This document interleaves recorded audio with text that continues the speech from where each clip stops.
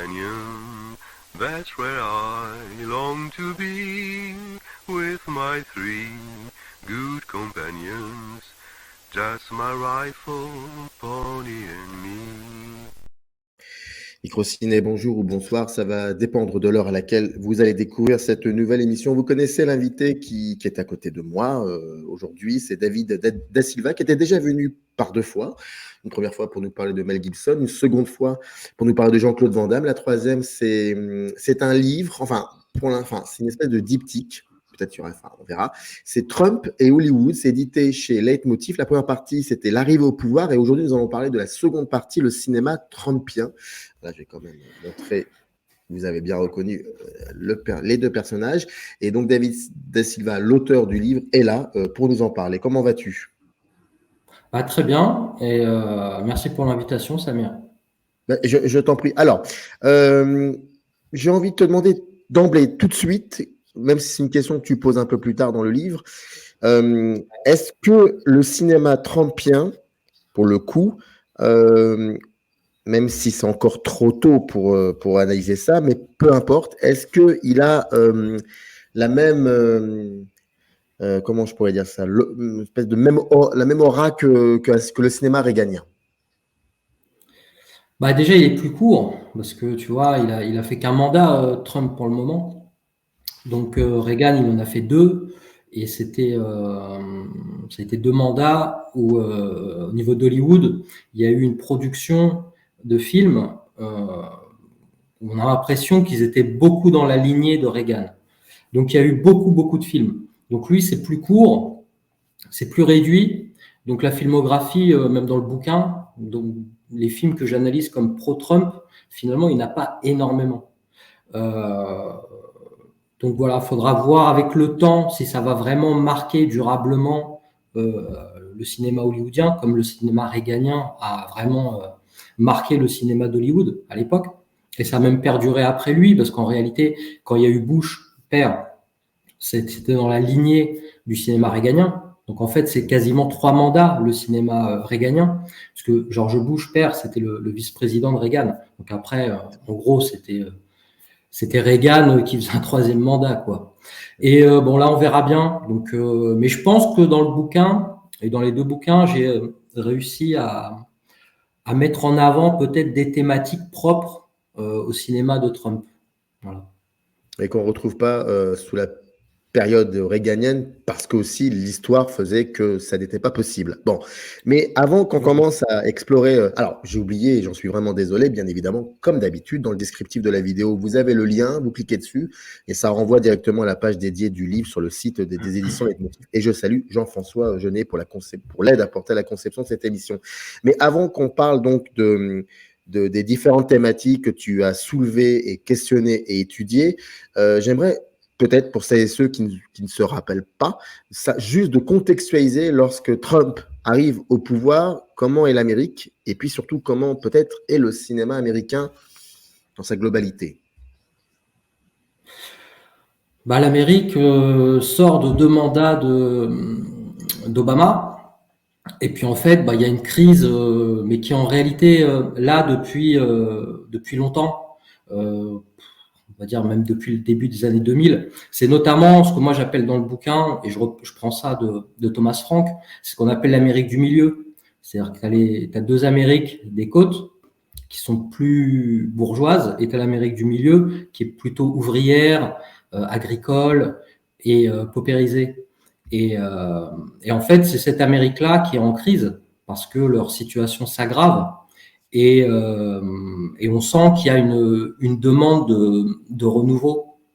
C'est pour ça que Trump, il arrive à accéder au pouvoir. C'est parce qu'au bout d'un moment, on en a marre du bipartisme, de gens qui s'alternent au pouvoir, mais qui, d'un point de vue économique, ne changent pas grand-chose. Même si dans les discours, il y avait un espoir. Par exemple, la Rust Belt a voté 2 fois pour Obama. Mais quand Trump est arrivé, ils n'ont pas voté pour les démocrates, donc pour Hillary Clinton, mais ils ont voté pour Trump parce qu'il y avait, au bout d'un moment, ils se sont dit, voilà, ça fait des années qu'on nous fait des promesses qui ne sont pas tenues, notre situation économique se dégrade, donc peut-être que lui, qui est quelqu'un qui ne vient pas, on va dire, des grandes écoles, qui vient pas du cursus traditionnel de la politique, peut-être que lui, qui nous promet qu'il va faire quelque chose pour nous, pour améliorer notre situation, bah, peut-être qu'il va le faire. Donc, il y avait une Amérique en crise. Euh, Moi, je pense que c'est une crise qui est beaucoup sociale, économique. Je sais que quand on parle de Trump, on parle beaucoup de l'aspect ethnique. Euh, mais Trump, c'est quelqu'un qui a vraiment parlé aux gens de la Rust Belt, qui sont dans une situation économique très, voilà, enfin, elle est calamiteuse, quoi. Donc voilà. Je pense que c'est ça le basculement de Trump quand il arrive au pouvoir. C'est à un moment donné, il faut quelqu'un qui va vraiment changer les choses. Et il y a un espoir qui a été mis sur Trump. Alors, ce qui est important, c'est que tu ouvres ton livre avec une citation de Spinoza, ni rire, ni pleurer, ni haïr, mais comprendre. Et ça, c'est exactement ce que tu essayes de faire dans le livre par rapport à Trump. Parce que j'ai l'impression que c'est quand même assez fragile de s'attaquer à cette période-là et à ce cinéma. Je veux dire à ce cinéma-là. Je veux dire à ce qu'il pourrait y avoir comme répercussion, comme imagerie peut-être, ou comme dialogue aussi, pourquoi pas, entre cette Amérique-là et ce cinéma. Ouais, bah après, alors je crois que c'est dans le tome 1 que je fais un petit peu, j'en parle un petit peu, c'est que en réalité, quand tu lis un bouquin sur Trump qui a été publié, que ce soit en France ou aux États-Unis, 99% des fois, c'est un bouquin à charge. C'est le gars, l'auteur, il est là pour te dire que Trump est méchant, en gros. C'est pas quelqu'un de bien, que voilà. Bon, moi je m'en fous en fait, tu vois. Moi j'estime tu vois, quelqu'un qui est un chercheur, il n'a pas à mettre de la morale, voilà. Moi je m'en fous que c'est quelqu'un de bien ou pas bien. Tu vois, j'essaie de faire un constat puis de voir ce qu'il a fait, ses thématiques, pourquoi surtout il y a des gens qui ont envie de voter pour lui, qui avaient espoir en lui, tu vois. C'est ça, moi, qui m'intéresse. C'est pourquoi il y a des gens, à un moment donné. Pourtant, tu vois, médiatiquement, on leur disait non, faut pas voter pour lui, c'est un méchant, Hitler, machin, enfin, tu vois. Et il y a des gens qui votent pour lui, tu vois. Pourquoi? Voilà. Alors après, il y a l'explication simple, c'est parce qu'ils sont racistes. En gros, tu vois, ils sont racistes, voilà. Et ils n'aiment pas les minorités, machin. Ou alors, il y a d'autres causes, tu vois. C'est-à-dire que euh, moi, quand on me dit c'est des gens racistes, par exemple, tu vois, la Rust Belt qui a voté pour Obama 2 fois, on me dit mais non, mais ils ont voté pour Trump parce qu'ils sont racistes. Tu vois ce que je veux dire? Pour moi, il y a un problème de logique. Comment tu peux voter pour un métis qui représentait en tout cas là-bas le premier président noir et être raciste, et puis après voter pour Trump? Moi, je pense qu'il y a plus des causes économiques, même si il y a différentes strates, hein. Il y a évidemment le basculement démographique, il peut y avoir beaucoup de choses, beaucoup d'explications, mais je pense qu'on a mis, tu vois, de côté trop souvent l'aspect économique. Et puis moi, j'essaie d'analyser ça froidement, tu vois, et puis d'essayer de me dire bah, pourquoi il y a des gens qui détestent Trump, c'est quoi leur avis, leur argumentation, sur quoi ça se base, etc. Et pourquoi il y a des gens qui ont soutenu Trump, pourquoi ils aiment Trump, c'est quoi leur argumentation. Tu vois, sans essayer de juger, et puis de me dire mais non, mais là c'est des bons arguments, puis là ils sont pas bons. Donc, éviter de mettre de la morale dedans. Tu vois, moi, je suis pas là pour dire si Trump il est gentil ou il est méchant, je m'en fous. J'essaie d'analyser. Voilà. Quand on regarde un petit peu ton parcours, parce que je ne l'ai pas dit et j'en suis vraiment désolé, tu es docteur en études cinématographiques, tu es diplômé de l'Institut français de presse de Paris, tu es historien du cinéma et tu es enseignant. Et tu as écrit pas mal de bouquins sur le cinéma américain. Alors, je me permets, Mel Gibson, tu étais d'ailleurs venu pour en parler, la première partie de Trump et Hollywood, la boxe à Hollywood, le populisme américain au cinéma, Cultural Studies, Sylvester Stallone, etc. On s'aperçoit quand même qu'il y a une certaine thématique, un certain aspect du cinéma américain qui t'intéresse énormément et qui remonte dans l'histoire même du cinéma américain, ce qu'on a appelé les grands pionniers comme King Vidor, tu le cites, ou John Ford, ou Hawks, ou des gens comme ça. Qu'est-ce qui t'intéresse dans cet aspect-là? Bah, écoute, moi, j'ai fait des études cinématographiques un petit peu à la fin de mon cursus. Moi, j'ai essayé tu sais, de me former, mais de différentes manières. J'ai commencé par une licence de lettres, après j'ai fait un master en sciences politiques, et puis après j'ai terminé avec mon doctorat, euh, où je me suis spécialisé dans tout ça. C'est-à-dire que j'ai mêlé le cinéma, la politique, parce que mon sujet d'étude, c'est le populisme américain. Tu vois. Et en fait, en France, il y a personne qui maîtrise ça. Tu vois, faut aller aux États-Unis où il y a des vrais spécialistes. Mais en France, c'est un domaine qui est pas étudié. Et moi, ce qui m'intéressait, c'est pour ça que j'ai fait ma thèse dessus, c'est qu'en France, en gros, populisme, c'est une injure politique, ce qui n'est pas le cas aux États-Unis. Tu vois, voilà. C'est-à-dire qu'en fait, aux États-Unis, un président, pour être élu, il doit être populiste. Parce qu'être populiste, c'est agir pour le peuple, donc pour la majorité. Donc là-bas, tu vois, que ce soit Obama, Trump évidemment, mais d'autres, Clinton, etc., ils ont tous eu un moment où ils étaient populistes parce que tu es obligé là-bas de montrer que tu agis pour le bien de la majorité. Voilà. Et moi, je me suis spécialisé dessus. Et puis après, ça a découlé de ma spécialisation. Donc souvent, hein, c'est-à-dire que le Trump, moi j'étais obligé d'écrire sur Trump. Tu vois, j'ai fait ma thèse. J'ai terminé ma thèse en 2014, fin 2014, et dans la conclusion, je mettais en avant qu'il y avait quelqu'un comme Trump qui pouvait arriver au pouvoir. Tu vois, avec les thématiques de Trump en fait. Donc quand il a été élu, d'ailleurs on m'avait pas mal invité dans les chaînes pour en parler, parce que évidemment, tu vois, j'avais via l'étude de tout le cinéma américain, depuis le muet jusqu'au début des années 2000, je mettais en avant qu'on allait, en analysant les films et en regroupant ça avec des thématiques sociologiques, économiques, politiques, et qu'on pouvait arriver à un président du type Trump, tu vois, en tout cas avec les thématiques de Trump. Donc voilà, pour moi, ça a été, tu sais, ça a été une continuité. Stallone, c'est un acteur populiste, tu vois. Aux États-Unis, c'est un acteur populiste. Donc c'était encore dans cette lignée-là. C'est le Working Class Hero, tu vois, c'est le titre de mon bouquin, Working Class Hero, parce que c'est ça qui représente Stallone. Tu vois, c'est un acteur de l'Amérique du milieu. Tu vois, c'est un mec qui est adoré par l'Amérique du milieu, comme Clint Eastwood. Tu vois, c'est des mecs qui représentent cette frange de la population américaine. Donc tout ça a découlé d'une certaine manière de ma thèse. Et puis aussi, j'ai beaucoup écrit sur le cinéma d'action parce que moi, je viens d'un milieu populaire, ouvrier, et puis c'est les films qu'on regardait quand j'étais gamin et puis qu'on adorait, tu vois. Et puis c'est à partir de là aussi, j'intellectualisais pas beaucoup les films, mais tu vois, quand j'ai commencé à étudier et puis je regardais les critiques, par exemple sur les Rocky, moi ça me faisait marrer, tu vois. Je me disais mais les mecs ils vivent dans un monde qui n'existe pas, tu vois. C'est-à-dire que moi j'étais dans un milieu ouvrier, je faisais de la boxe. Et puis, il y avait toutes les origines possibles. On adorait tous Stallone. On adorait tous les Rocky, tu vois. Et moi, je lisais des trucs comme quoi, tu vois, des études, mais très, très poussées. Comme quoi, c'était des films racistes, la représentation des Noirs, de machin, hein. Et puis, moi, j'avais mes potes, tu vois, qui étaient tous blacks. Ils adoraient tous Stallone, tu vois. Et c'est là que j'ai vu l'ambivalence du truc entre des gens qui théorisent sur des films et puis la réalité du spectateur du quotidien, tu vois, ce qui lui, il peut dégager des films. Donc tout ça, ça m'a fait, tu vois, je me suis dit, voilà, il y a un créneau, moi avec mon regard particulier, je vais, avec mes connaissances aussi, parce que j'ai vite compris qu'en fait, il y a beaucoup de gens qui comprennent pas la culture américaine, tu vois.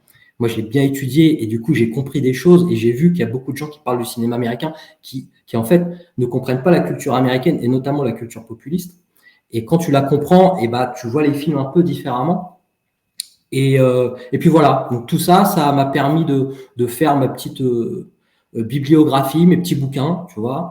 Et je pense qu'il y a une petite cohérence, tu vois, dans tous les bouquins que j'ai écrits. C'est-à-dire que j'ai ma thèse de doctorat sur le populisme. Là, je suis là aujourd'hui avec toi pour le tome 2 de Trump, tu vois. Donc il y a une continuité. Le populisme américain au cinéma, ma thèse, aujourd'hui, c'est comme la suite. Comment le cinéma, à ce moment-là, quand Trump arrive au pouvoir et pour toute la période où il est président, comment le cinéma retrace cette période américaine? Je dégage plusieurs thématiques pour le cinéma pro-Trump. Tu vois, on va mettre en avant les injustices dont sont victimes les Américains du milieu. Tu vois, c'est-à-dire que le petit gars un peu prolo, un petit peu marginalisé, en fait, ça va être la victime. Tu vois, moi le cas Richard Jewell de Clint Eastwood, moi je trouve que c'est un bel exemple, c'est peut-être même le plus bel exemple du cinéma trumpien, tu vois. C'est que c'est un petit gars que nous, tu tu vois, en tant que Français, quand on voit le film, on se dit bon, c'est un beauf américain, patriote, fan des armes, tu vois, il vit chez ses parents. Enfin, c'est le beauf américain. Et qu'est-ce qui se passe? Tu vois, il fait un acte héroïque et on va se méfier de lui parce que justement, c'est un beauf américain. Parce que c'est ça, en fait, l'histoire du film. C'est que le FBI se dit, mais ce mec-là, il est louche. C'est le fan des armes, tu vois, c'est un peu l'électeur de Trump. C'est louche. Il y a anguille sous roche. Et ils vont enquêter sur lui. Et de héros, il va, tu vois, devenir l'accusé. Et moi, je trouve que c'est peut-être le film le plus emblématique du cinéma trumpien, c'est ça, quoi. C'est qu'à un moment donné, on montre comment on désigne un ennemi, tu vois, quelqu'un qui, à l'origine, c'est un petit gars un peu naïf, tu vois, qui a des valeurs qu'on peut contester, mais tu vois, qui pensait faire le bien, et tout se retourne contre lui, tu vois. Et puis tu as d'autres films comme ça qui mettent en avant le gars un peu beauf, dont on va se méfier. Une affaire de détail, je crois, le film avec Denzel Washington qui montre ça aussi, tu vois, sur un tueur en série. T'as un mec qui est accusé, tu vois, dans tout le film. Et moi, j'aime. Bon, le film est pas super, mais ce truc-là est intéressant, quoi, sur l'ambiguïté. C'est qu'en fait, il est désigné comme coupable, notamment par son apparence, parce qu'il a un côté un peu marginal, et tu vois, on va le persécuter. Donc voilà, ça c'est un des aspects, je trouve, du cinéma trumpien, c'est réhabiliter un petit peu le gars de l'Amérique du milieu. Parce que si tu regardes le cinéma américain, bon, je vais faire simple, mais dans le cinéma de Capra, le gars qui venait des petites villes américaines, c'était un gars naïf, mais avec un grand cœur. Et quand il partait dans une grande ville, il découvrait la corruption. Et tu vois, c'était un héros quasi christique. Tu vois, c'est Monsieur Smith, c'est Mr. Deeds. Tu vois, c'est tous ces films-là. Et puis après, tu as eu une période où le gars de l'Amérique du milieu ou des petites villes, c'est devenu le redneck. Tu vois, le redneck, c'était le raciste, le mec, le gars inquiétant, quoi. C'est délivrance, c'est tout. Enfin, il y a une mouvance où la figure de l'Américain des petites villes a changé. Et je trouve que le cinéma trumpien, c'est on essaie de remettre en avant cette figure avec un aspect plus positif et puis un aspect victimaire un peu de l'Amérique du milieu, quoi. Mais quand tu cites très justement les films de Frank Capra, ils sont souvent associés à cette période qui est la période de Roosevelt, qui n'est, à mon avis, pas, et qui est un peu éloigné quand même politiquement de Trump. Donc comment on peut analyser ça, même si les deux périodes sont fondamentalement différentes? C'est vrai, je suis d'accord avec ça. Mais comment alors à ce moment-là on peut différencier ça alors que deux partis politiques totalement différents finalement s'emparent du même Américain que tu appelles Américain du milieu? Bah, c'est différent, mais il y a l'Amérique de Capra, c'est l'Amérique tu vois, c'est une Amérique en crise. C'est la crise de 29, c'est une crise économique. Capra, c'est un républicain, mais c'est quelqu'un qui le disait souvent, il admirait Roosevelt, tu vois. Et en fait, il y a un double niveau de lecture. Tu peux les voir comme des films rooseveltiens aussi, tu vois. Deeds, à un moment donné, il vient en aide à des chômeurs, tu vois. Il leur donne, je sais plus, je me souviens plus, mais il leur donne à manger, enfin, ou il leur donne de l'argent. Enfin, il vient les aider, tu vois. Comme Roosevelt, il vient aider les mecs qui sont en galère avec le New Deal. Tu vois, donc c'est une Amérique en crise. Et puis à un moment donné, voilà, on essaie de parler à une frange de la population qui est en souffrance. Voilà. Mais il y a cette idée-là que, tu vois, à un moment donné, on représente une certaine Amérique qui est incarnée à l'écran par un personnage qui vient d'une petite ville. Et est-ce que ce qu'on dévoile sur lui, est-ce que c'est positif ou c'est négatif? Tu vois, qu'est-ce qui dégage le personnage? C'était positif chez Capra, c'est des personnages christiques. C'est plus ambigu dans le cinéma trumpien, on va dire, tu vois, que ce soit Richard Jewell ou une affaire de détail, le personnage incarné par Jared Leto. Tu vois, c'est pas des personnages aussi positifs que les personnages de Capra, mais en tout cas, on les présente comme des gars qui subissent, tu vois, qui subissent une injustice, en tout cas. Est-ce qu'il y avait aussi le fait que, et après on va sortir Ouais. de cette période-là de Roosevelt parce qu'on n'est pas là que pour ça, mais je veux dire, est-ce qu'il y avait aussi le fait que tous ces personnages-là étaient incarnés par des visages, des corps hollywoodiens reconnaissables, identifiables, pas forcément qu'aux États-Unis, mais dans le monde entier, et que là, pour le coup, les films que tu cites, ou alors les films qui s'inscrivent un peu dans ce cinéma-là trumpien, c'est différent. Donc le rapport au comédien, à l'acteur, à la star. Ouais, bah c'était des acteurs différents, hein. Mais James Stewart, il était classé républicain aussi, hein, tu vois. C'est des gens qui incarnaient des valeurs, tu vois. James Stewart, il incarnait des valeurs, et c'était des valeurs à l'époque républicaines, tu vois, conservatrices, etc. C'est ça qu'il incarnait, James Stewart. Par exemple. Après, les cas que j'ai pris, c'est peut-être pas les plus emblématiques, mais tu vois, par exemple de Stallone, c'est un mec qui représente quelque chose, tu vois. C'est quelqu'un qui représente quelque chose. Il représente l'Amérique du milieu, un peu comme James Stewart, il représentait quelque chose. Il représente des valeurs. Stallone, il représente des valeurs. Clint Eastwood, il représente des valeurs aussi, tu vois. Pour moi, c'est ces mecs-là qui représentent plus le cinéma trumpien. C'est-à-dire, à un moment donné, les problématiques qu'il y a dans l'Amérique de Trump, au moment où il est élu, ils sont représentés par ces mecs-là, tu vois, Clint Eastwood, Stallone, que je cite beaucoup dans le bouquin, dans la partie en tout cas pro-Trump.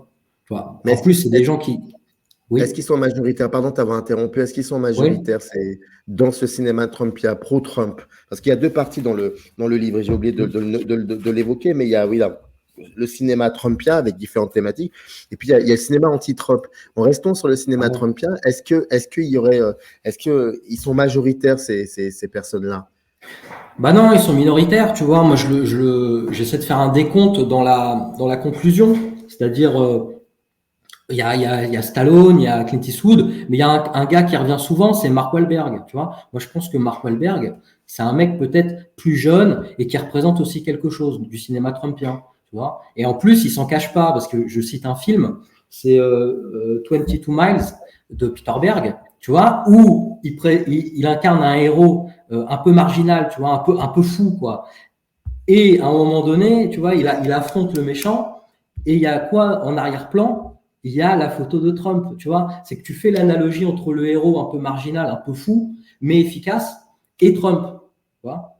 Alors, moi après, je fais des recherches, tu vois, j'agis en tant que chercheur. Je me rends compte que c'est qui l'agent de Mark Wahlberg? C'est Harry Emmanuel. Harry Emmanuel qui était aussi l'agent de Trump, tu vois. Alors après, moi, j'en sais rien, mais tu vois, il y a des trucs. Moi, je pense que c'est quelqu'un qui représente quelque chose. D'ailleurs, dans le tome 1, je le cite aussi 2 ou 3 fois, 2 ou 3 films de lui, et il revient. Tu vois, c'est quelqu'un de toute façon qui s'affiche comme quelqu'un de catholique, pratiquant. Donc, c'est une frange aussi chrétien qui intéresse l'électeur de Trump. Euh, donc voilà, tu vois, par exemple, Mark Wahlberg, il représente ça. Mais après, il n'y en a pas beaucoup. Tu vois, moi, je cite aussi Gérard Butler. Tu vois, il y a des gens comme ça qui incarnent un petit peu peut-être l'Amérique ouvrière, l'Amérique chrétienne. Mais c'est une frange très réduite, en fait, d'Hollywood.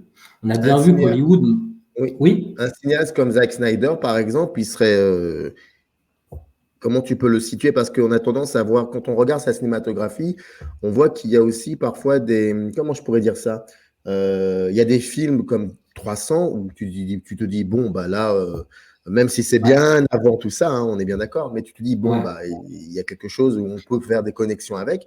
Et puis quand tu vois un film comme Watchmen ou Sucker Punch, tu prends des distances. Quand tu vois le dernier, on a l'impression qu'il revient à 300. Comment on pourrait le situer, un cinéaste comme Zack Snyder, par exemple? Est-ce qu'il fait partie, est-ce qu'il fait partie aussi, est-ce qu'il est dans la même lignée que ces grands cinéastes pionniers américains qui ont été Ford, King Vidor, Hawks, Wyler, Wellman, tout ça, ou comment on pourrait le Ah, situer, par exemple? moi, je t'avoue que je connais moins, tu vois, je m'intéresse moins à son cinéma. J'ai vu 300, j'ai vu quelques films de lui. Bah, j'ai vu le dernier là, j'ai vu le dernier avec ma fille, Rebel Moon, tu vois, Exactement. voilà, qui est une sorte de relecture De beaucoup de choses. des 7 mercenaires de Star Wars, enfin, tu De beaucoup de vois, choses. De beaucoup de choses. de beaucoup de choses. Et tu vois, ils forment une équipe qui est multiculturelle en réalité, si tu regardes bien. Tu sais, l'équipe de héros, bah, c'est une équipe multiculturelle. Tu as asiatique, tu as un black, l'héroïne. c'est une maghrébine, tu vois. Ouais. Donc, il fait une équipe multiculturelle. Donc, d'une certaine manière, tu vois, tu peux voir comme un truc progressiste. Donc, je sais pas, c'est un mec qui est vachement dans les grands, tu vois, dans les grands studios. Il a des gros budgets derrière lui. Donc, voilà, je sais que c'est quelqu'un qui est classé à droite aux États-Unis. Tu vois, il est républicain, etc. Mais je pense que bon, c'est peut-être plus compliqué pour lui, étant donné l'immensité des budgets qu'il a à gérer. Tu vois, en plus, il était dans les trucs Superman, etc. Man of Steel. Donc, il y a un côté traditionnel chez lui, tu vois. Bah, Superman, de toute façon, quand tu fais un film sur Superman, tu t'intéresses aussi à une certaine représentation culturelle et traditionnelle américaine, tu vois. Donc, parce que c'est le héros typique des États-Unis, Superman, hein, tu vois. Il représente l'histoire du pays. Le mec qui vient d'ailleurs, qui change de nom, etc., pour s'adapter à un nouveau, tu vois, une nouvelle terre. Bah, c'était les migrants qui venaient à l'époque aux États-Unis, tu vois. Ils venaient d'ailleurs, ils devaient souvent changer de nom, s'adapter à une nouvelle culture. Enfin, tu vois, Superman, c'est l'histoire des États-Unis en réalité. Donc, quand tu fais ça, t'es vraiment attaché au mythe originel du pays. Donc, voilà. Ouais, moi, je pense que c'est quelqu'un à droite. Moi, je connais moins, donc tu vois, c'est pour ça que je crois que je le cite même pas dans le livre. Ouais, Peut-être dans ouais. le C'est premier, pour je me ça que je me souviens suis plus. permis de te poser la question. Voilà. Mais bon, Voilà. on va refermer Ouais. cette parenthèse. J'ouvre une autre parenthèse qui va être refermée très vite parce que tu y as Ouais. répondu, mais ça m'intéresse aussi. Et là, Oui. pour le coup, c'est une question axée autour du cinéma et rien que le cinéma. Par exemple, Ouais. le cinéma sous la présidence, sous les 2 mandats d'Obama, est-ce que pour toi et dans ta cohérence analytique du cinéma américain, c'était plus intéressant de s'intéresser aux 4 années de Trump qu'aux 8 années d'Obama, par rapport au cinéma, j'entends bien. Bah, en fait, il y a un bouquin qui est sorti qui s'appelle le cinéma sous les années Obama de Régis Dubois, que je connais Chez d'ailleurs. Leitmotiv, c'était chez Leitmotiv. Bah voilà, donc j'allais pas écrire un bouquin qui a déjà été fait, mais c'était moins mon, tu vois, c'était moins mon domaine de compétence en plus, parce que Régis, lui, il a bossé dessus, tu vois, sur la représentation des Afro-Américains au cinéma. Donc lui aussi, c'était sa thèse de doctorat, je crois déjà. Donc lui, c'était vraiment la continuité de son travail de recherche. Et moi, c'était plus le populisme américain. Et puis un mec comme Trump, voilà, tu vois, il fallait que j'écrive dessus, tu vois, donc je pouvais pas ne pas le faire. Alors, et d'ailleurs, il a aussi écrit sur Spike Lee, tout ça, mais la question, enfin, je connaissais l'existence de ces bouquins, mais c'était par rapport vraiment, mais tu y réponds. Alors, donc, le cinéma trumpien, je vais quand même donner les thématiques, et puis, Ouais. puis je te laisse ensuite en parler.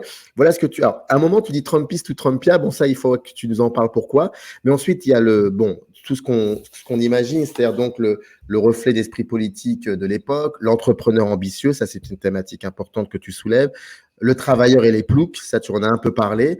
Le Moyen-Orient et le danger islamiste, le Mexique et les gangs latino-américains, la théorie du complot, l'État profond et le big business. Par exemple, un film comme ça dans Freedom, là, aujourd'hui, on peut l'intégrer dans le cinéma trumpien, pour le coup. Bah, je le cite dans le livre. Ouais. C'est pour ça Je que le je te cite dans pose le la livre. question. Ouais. C'est bon. Ouais, bah, je l'ai cité, alors que, en fait, le bouquin, je l'ai écrit en 2021, tu vois. C'est pas un bouquin récent, en fait. Même dans mon esprit, c'est déjà un vieux bouquin. Après, il a mis du temps à sortir. Donc, moi, je suis sur déjà d'autres projets. Mais je l'ai écrit en 2021, donc j'avais pas vu le film. J'avais vu la bande-annonce. Je connaissais un petit peu Le cinéaste. alors pas le cinéaste, mais le gars Tim Ballard, tu vois, qui a fait le truc, donc je connaissais un petit peu. Donc j'ai regardé les trucs sur Internet et j'en parle dans le bouquin. Mais ouais, effectivement, bah, ça fait partie d'une thématique trumpienne. De toute façon, ils ont fait une projection où Trump était invité pour voir le film. Tu vois, Tim Ballard, il a rencontré Trump quand il était président. Tu vois, pour lui exposer son travail, pour lui dire qu'il fallait qu'il fasse quelque chose. Et d'ailleurs, Trump a dit que une des raisons pour lesquelles il faisait le mur entre le Mexique et les États-Unis, c'était pour ça, c'était pour lutter contre le trafic d'êtres humains et notamment le trafic des enfants, tu vois. Donc moi je le cite, tout à fait. Mais tu sais, moi je le dis dans le bouquin, je pense que l'Amérique elle est fracturée, ou en tout cas la représentation médiatique qu'on a de l'Amérique, c'est une Amérique fracturée, tu vois, où il y a 2 franges de la population qui sont opposées, qui ont un monde à eux, donc on pourrait dire l'Amérique woke, pour faire simple, et puis l'Amérique de Trump. Euh, et que chacun, en fait, se base pour leur représentation du monde sur des choses qui existent, tu vois. Alors après, ça dévie, tu vois, ça dévie, moi je le dis dans l'intro, vers la paranoïa, tu vois, parce qu'ils se basent sur des choses qui existent. Par exemple, Trump, tu vois, Sound of Freedom, etc. Bon, bah, le trafic d'êtres humains, ça existe. L'affaire Epstein, ça existe, tu vois. C'est pas des trucs que Trump a inventé, ou les supporters de Trump, tu vois. De l'autre côté, le problème ethnique aux États-Unis, il existe. Le racisme, ça existe, tu vois. La résurgence de l'extrême droite américaine, ça existe, tu vois. David Duke, l'ancien chef du Ku Klux Klan qui donne son aval à Trump, tu vois, ça existe aussi. Donc, si tu veux, il y a du réel sur lequel s'appuient les deux franges, mais après, voilà, ça part peut-être, tu vois, vers une forme de paranoïa et des excès, quoi. Des excès, et ce qui peut amener une fracture, tu vois, entre deux types de populations. Après, est-ce que c'est si évident que ça, tu vois, quand tu t'intéresses vraiment à comment fonctionne l'Amérique, tu te rends compte que le mariage, tu vois, euh, multiracial, il a augmenté aux États-Unis. C'est-à-dire qu'en fait, tu vois, les gens, les blancs et les noirs, etc., ils se marient plus. Tu vois, en 2022, les chiffres, ben, ils ont explosé. C'est-à-dire qu'il n'y a jamais eu autant de mariages, tu vois, entre gens d'ethnies différentes. Tu vois, donc, d'une certaine manière, médiatiquement, on a l'impression que l'Amérique est fracturée, mais dans le réel, peut-être, tu vois, que c'est pas si fracturé que ça. Et puis que les gens, dans la vie réelle, peut-être, tu vois, ils sont moins divisés que ça, en réalité. Comment tu as construit la thématique, enfin le chapitre du cinéma trumpien? J'ai oublié d'évoquer aussi, il y a une thématique sur l'Asie et les évangéliques. Comment, Ouais. comment tu as coordonné tout cela? C'est-à-dire comment j'ai trouvé les thèmes trumpiens, c'est Exactement, ça? oui. Oui, oui. Parce que j'imagine que c'est Ah, beaucoup en fait, plus. Oui, je t'en prie, pardon. ouais. Non, non, mais vas-y, finis ta Non, question. par exemple, dans la deuxième partie, tu parles du cinéma anti-Trump. Et là, donc, tu cites comme sous-partie les femmes, les Afro-Américains. Il y a une super moment sur Jason Blum, ça fera qu'on en parle. Les films politiques, les inclassables, etc. Je dis pas que c'est évident, mais comment trouver des thématiques qui seraient de l'ordre, qui auraient une connexion avec l'idéal, l'idéologie de Trump? Bah, c'était un peu ce que j'avais fait dans le premier, tu vois, c'est que tu t'analyses un petit peu pourquoi les gens ils ont voté pour lui, tu vois, c'était quoi les thématiques qui les intéressaient. Et puis après, tu t'intéresses à Trump, donc il y a le côté pourquoi les gens ils ont voté pour lui, tu vois, les aspects politiques, sociologiques qui ont amené Trump au pouvoir. Après, tu analyses ça, comment des films vont traiter ça d'une manière directe ou indirecte, tu vois. Moi, je prends par exemple le cas de Le Mans 66 avec Mhm. Matt Damon, tu vois. Bah moi, j'ai l'impression quand j'ai vu le Ouais. film au cinéma, j'avais l'impression qu'on me parlait de la compétition entre les États-Unis et la Chine, tu vois. Alors pourtant, on ne parle pas du tout de Chinois dans le film. Mais pour moi, c'était ça, tu vois. C'était le savoir-faire américain face à un concurrent d'un autre pays et comment montrer qu'on reste les premiers, tu vois, comment on doit se surpasser dans un domaine, tu vois. Et à l'époque, c'était avec Ferrari et c'était Ford. D'ailleurs, dans le film, il y a la thématique du nom, parce que ça aussi, c'est important. Tu vois, dans la biographie de Trump, c'est qu'il est dans une lignée, il s'inscrit dans une lignée célèbre, et il y a son nom, Trump, qui est même devenu une marque. Et comment, tu vois, tu vas être un digne héritier de ce nom, tu vois, qui pèse. Et dans Le Mans 66, tu as le descendant d'Henry Ford. C'est-à-dire que lui aussi, il est l'héritier d'un nom, tu vois. Et j'analyse d'autres films où il y a ça. Tu vois, tu es dans une lignée, tu as un nom, et il faut que tu te montres à la hauteur de ce nom. Bah, quand tu t'analyses un peu la bio de Trump, tu vois, c'est un truc qui le pesait aussi, ça. C'était un truc où il fallait qu'il soit digne de son grand-père, de son père, tu vois. Et il fallait qu'il fasse quelque chose aussi qui mette en avant le nom de Trump. Donc voilà, tu analyses la biographie de Trump, les thématiques qui peuvent se dégager de sa biographie, euh, ses discours, tu vois, ce qu'il mettait en avant dans ses discours, Et puis, pourquoi les gens, à un moment donné, ils ont adhéré à ce discours. Donc moi, j'ai fait j'ai fait un classement de ce que moi, j'avais analysé. J'ai regardé beaucoup de films, puis à chaque fois, tu vois, je prenais des notes. En réalité, le projet de ce bouquin, à la base, c'était même pas un bouquin, tu vois, c'était un documentaire qu'on m'avait demandé de faire pour Canal+. Tu vois, une société de production m'avait contacté. Je devais faire un documentaire pour le soir de l'élection présidentielle. Donc en novembre 2020, on devait faire le doc. Donc en fait, tout ça, je l'avais fait pour le doc, en fait, tu vois, à la base.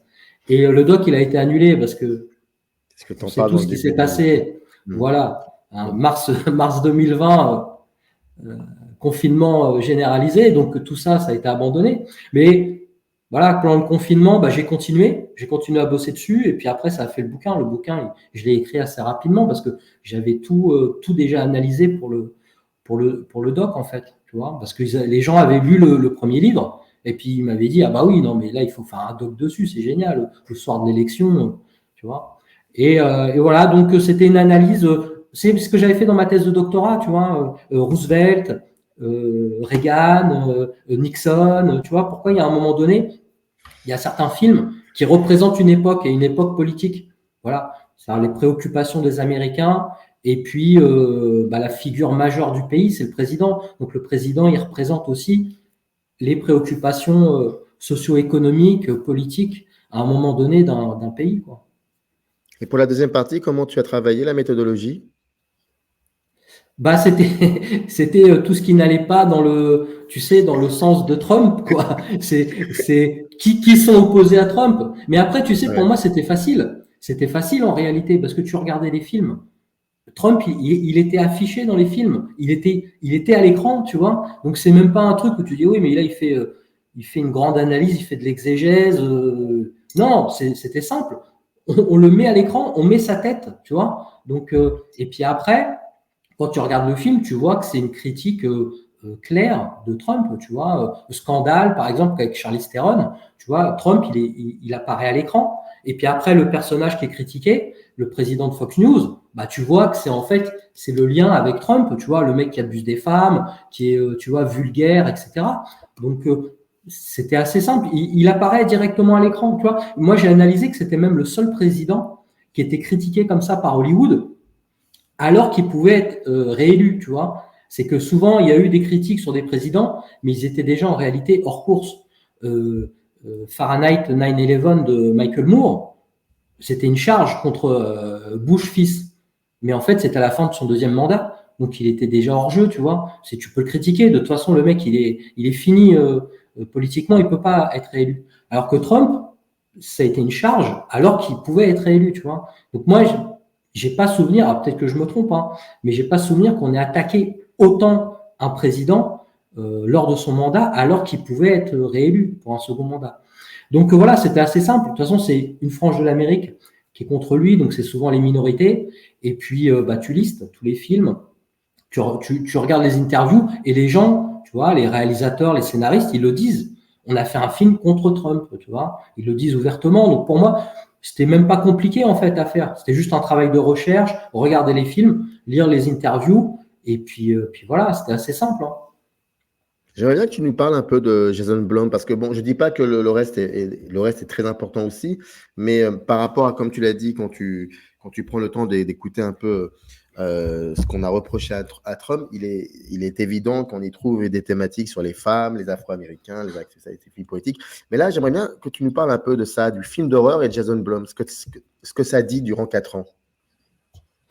Ouais, écoute, c'est un chapitre consacré à Jason Blum et puis même plus largement au film d'horreur Ouais. américain durant les années Trump. Et puis voilà, le film d'horreur, ça, par l'allégorie, tu représentes des peurs, euh, voilà, ancrées dans la population. Et puis Jason Blum, il a ouvertement critiqué Trump, il était anti-Trump, et on a l'impression qu'il a produit beaucoup de films qui critiquaient Trump et l'Amérique de Trump, l'Amérique hostile aux minorités. Donc il y a plusieurs films que je liste. Donc il y a des films avec des Afro-Américains, il y a des films avec des femmes, L'homme invisible, tu vois, qu'il a produit, ou L'homme invisible, c'est une espèce de violeur, tu vois, Ouais. voilà.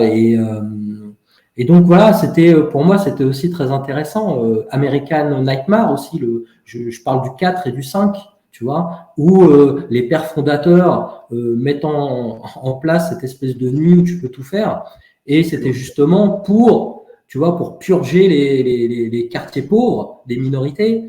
Le 5, il est aussi très intéressant parce que c'est beaucoup axé sur les Mexicains. Tu vois, les Mexicains, c'est une thématique très, très trumpienne. Et autant il y a des films qui les ont traités du côté de Trump, tu vois, La Mule, par exemple, de Clint Eastwood, Rambo 5, donc Stallone et puis Clint Eastwood. Et puis tu as des films qui étaient hostiles à son discours. Et puis American Nightmare 5, alors je me rappelle plus le titre exact, mais c'est ça, quoi. C'est sur des immigrés mexicains, comment ils s'adaptent, comment ils subissent le racisme, comment après on adhère plutôt, on les prend d'affection. Donc tout ça, c'est assez intéressant. Et tu vois, et ce chapitre-là, c'est marrant que tu le cites parce que il a été publié aux États-Unis dans un bouquin, tu vois, consacré aux films d'horreur contemporains. C'est une chercheuse américaine que je connais. Elle l'a lu, tu vois, elle a lu le paragraphe le chapitre que je lui ai envoyé, et elle l'a traduit et elle l'a publié dans le truc. Tu vois, elle a trouvé ça génial, quoi. C'est super. Ça décrit formidablement bien, tu vois, un certain type de cinéma anti-Trump durant cette période. Et puis c'est vrai que c'est des films qui avaient beaucoup, beaucoup de succès. Tu vois, les films d'horreur, ils ont très, très bien fonctionné. Donc voilà, c'est vrai que c'est un chapitre intéressant. Mais entre les deux entre les deux gros chapitres, le cinéma trumpien et le cinéma anti-Trump, autant le cinéma anti-trumpien dit ouvertement son combat contre Trump, mais le cinéma trumpien, c'est beaucoup plus complexe que ça. C'est pas un cinéma qui dit ouvertement sa position pour Trump, pour le coup. Bah non, parce que c'était compliqué. Voilà, c'est plus nuancé parce que c'est compliqué de dire ouvertement que tu es pour Trump, tu vois. Eastwood, c'est très très particulier, tu vois. Non mais Eastwood, de toute façon, Eastwood, il est ambigu, tu sais, parce qu'il fait la mule, mais après il a fait Cry Macho, tu vois. Exactement. Donc Cry Macho, c'est un petit peu l'antithèse du truc. Quoique pas tout à fait, en réalité, si tu analyses bien, pas tout à fait. Mais Stallone, c'est pareil, tu vois, il fait Rambo 5, et après, il voulait faire un nouveau Rocky, où c'était quoi son idée? C'était que Rocky entraîne un immigré mexicain, tu vois, sans papier aux États-Unis, tu vois. Mais en fait, c'est le même truc que Cry Macho, c'est que c'est pas une hostilité envers l'étranger, et notamment le Mexicain, c'est que l'ancienne génération d'immigrés doivent prendre en main le nouvel immigré et faire de lui un Américain, à travers des valeurs que tu lui inculques. Grand Torino, c'est ça, tu vois. Grand Torino, c'est ça. C'est un ancien immigré polonais qui prend sous sa coupe un jeune asiatique, et via le travail manuel, il fait de lui un Américain, tu vois. Rocky, c'est ça. Le premier Rocky. Et on peut discuter. C'est assez discutable aussi, tout ça. En tout cas, ouais, mais tu vois, regarde, je vais te donner l'exemple de Rocky. C'est ça, Rocky. Rocky, c'est quoi? Le premier, c'est un Italo-Américain. Les Italo-Américains, c'était des pestiférés aux États-Unis. Il faut se rappeler de ça. Ils étaient très mal vus. Ils étaient considérés au même niveau que les Afro-Américains. Tu vois, ils étaient très, très mal vus. Et c'est quoi, Rocky? C'est un Italo-Américain qui est entraîné par qui? Par un coach juif, Mickey Goldmill, et qui l'entraîne et qui lui apprend en réalité à s'intégrer. C'est-à-dire une minorité pour une autre minorité, lui inculque des valeurs américaines, et ainsi de suite. Et Creed, c'est quoi Creed? C'est ça, c'est l'Italo-Américain qui prend un Afro-Américain et qui lui inculque des valeurs, tu vois. Voilà. Et tu regardes le dernier Creed, Creed 3, c'est quoi Creed 3? T'as vu qui l'a sous sa coupe, Creed? Et il a un boxeur hispanique. Tu vois le truc? Oui, mais c'est la réalité. Non, mais alors factuellement, tu as raison. Je ne peux pas contredire. Mais l'émission est en train de prendre une autre tournure, mais qui est géniale. Mais c'est ta faute aussi. C'est la faute du livre qui veut ça. Donc et c'est très bien. Mais j'en parle dans le livre de tout ça. J'en parle dans le livre. Mais il y a plein de choses, il y aurait plein de choses à dire. On n'a pas tout dit et je répète, il y a deux volumes, hein. Le premier, je l'avais pas lu, j'ai lu que le second, mais ça, je pense que tu l'avais deviné. Et dans le descriptif de cette vidéo, vous avez les deux liens et non pas un seul qui renvoie directement aux deux parties et vous avez tous les éléments.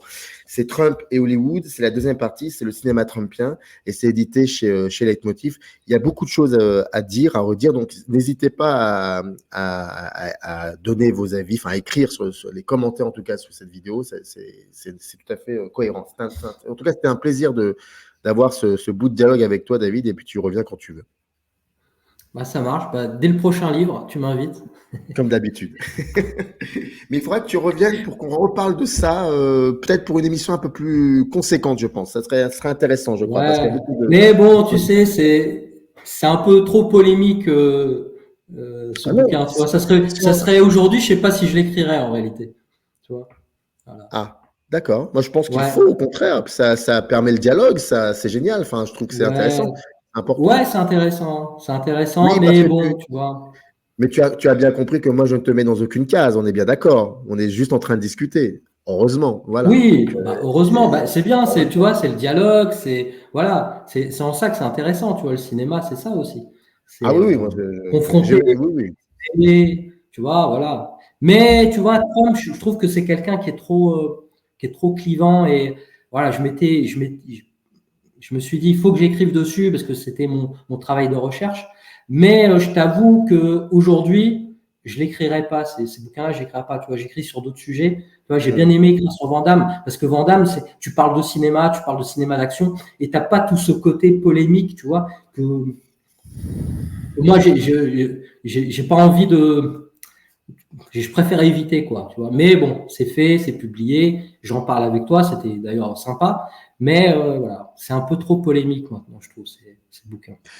Merci pour ta confiance. Tu reviens par contre, là, pour le coup, c'est un ordre pour le prochain livre, j'espère. Et en tout Ça marche. cas, tout est dans le descriptif de la vidéo. Quand même, procurez-vous les deux livres, dont celui-ci en l'occurrence. Et n'hésitez pas à y aller de vos commentaires. Merci beaucoup, David, pour ta confiance. Et puis à très vite. Générique. Salut Samir. Ciao. Up arrive in the canyon. That's where I long to be with my three good companions.